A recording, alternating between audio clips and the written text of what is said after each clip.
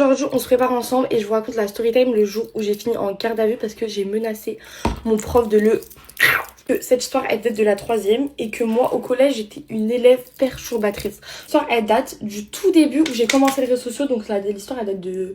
Calculez pas comment je me maquille, mais après ça give. Juste suivez mon tuto, vous allez capter. Élève super chiante et il faut savoir que je m'embrouillais tout le temps avec les garçons. Je les supportais pas en fait. Mais depuis petit, un jour en sport, les filles ont fait une montante descendante. C'est quoi? Je sais pas si vous captez, c'était au badminton. Bref, moi j'étais tout le temps chez les nuls et j'étais une grosse semeuse.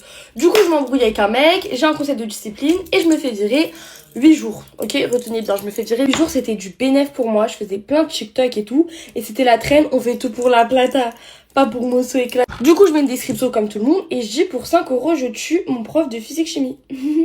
Oui, va savoir il a quoi à voir dans... De là, les 8 jours ils passent, etc. Mon TikTok il perce, moi j'étais grave contente, genre c'était vraiment un de mes TikTok. Et malheureusement, le jour où je suis censée reprendre l'école, à 6 h du matin, on reçoit un appel du directeur qui dit que Maïssa, elle est interdite du périmètre. Genre j'étais interdite de venir à côté du collège, aller au Mac. Du coup, les jours passent, les filles, et je suis toujours interdite du collège, je peux pas retourner au collège, je peux pas faire mes révisions. Bon, les filles, vient le jour où je reçois du coup une convocation au commissariat de ma vie. J'y vais tout, je vois l'OPJ, je vois tout le monde, hein. J'étais en mode Pablo Escobar. Là, le policier, il me dit quoi? Il me dit bon, en attendant les réponses du procureur et tout ce qu'on fait de toi, tu vas aller en garde à vue. Tu vas aller en garde à vue, ma go. Moi, je commence à pleurer, je commence à regarder ma mère, je suis en mode... Allô? Je descends, je vais en garde à vue et tout, nan, et tout. Il y a une meuf dans la cellule. Je crois que c'était une droguée, frère. Alors que j'étais mineure, il me mettait mes empreintes. Le policier, il m'arrache mon piercing. Il me dit, t'as pas l'âge. Il me le jette et tout. J'étais en mode, wesh. Il m'effraie. Moi, j'étais en train de me faire pipi dessus, hein.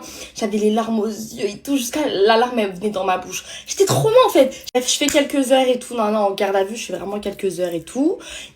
Il toque à la cellule. Il dit, le procureur a dit classé sans suite. J'étais en mode, Hadoulé.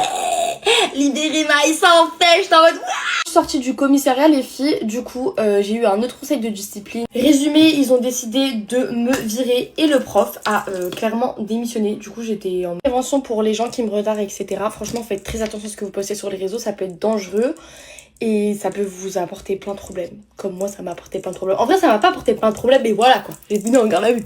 Voilà le résultat, les filles, de mon maquillage. J'espère qu'il vous plaît. Bon, j'ai fait un maquillage très ghetto, mais voilà.